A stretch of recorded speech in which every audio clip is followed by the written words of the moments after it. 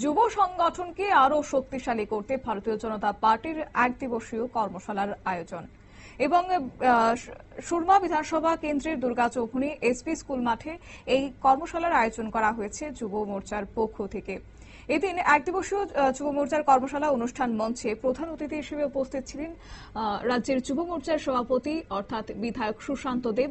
সঙ্গে এই মঞ্চে উপস্থিত ছিলেন বিধায়িকা স্বপ্না দাস পাল, রাজ্যের এসসি মোর্চার সহ সভাপতি অনাদি সরকার, ধলাই জেলার যুব মোর্চার সভাপতি সুব্রত মজুমদার, সুরমা বিজেপি মন্ডল সভাপতি সুভাষ আহির সহ অন্যান্যরা।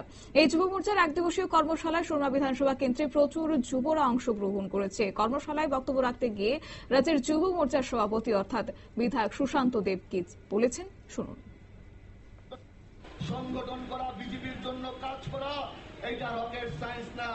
বিজেপির জন্য কাজ করা শুধু মানুষের সঙ্গে সম্পর্ক রাখা, মানুষের কুশল মঙ্গল জিজ্ঞেস করা, মানুষের সুবিধা অসুবিধায় মানুষের পাশে দাঁড়ানো, এইটাই ভারতীয় জনতা পার্টির সংগঠন।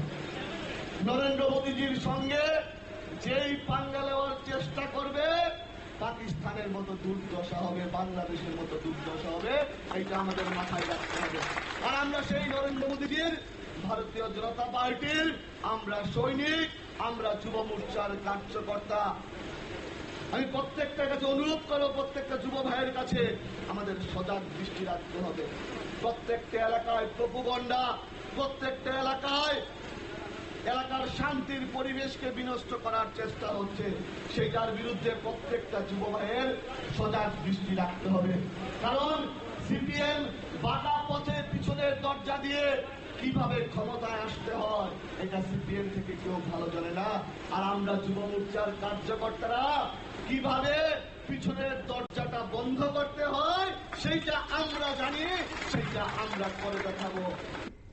আপনারা শুনেন বিধায়ক সুশান্ত দেবের বক্তব্য এবং তিনি যুবদের উদ্দেশ্যে বলেন যে শুধুমাত্র দলে কাজ করাই আমাদের লক্ষ্য নয়, মানুষের সাথে সম্পর্ক রাখা, মানুষের জন্য কাজ করা আমাদের কাজ, এটাই ভারতীয় জনতা পার্টির কাজ।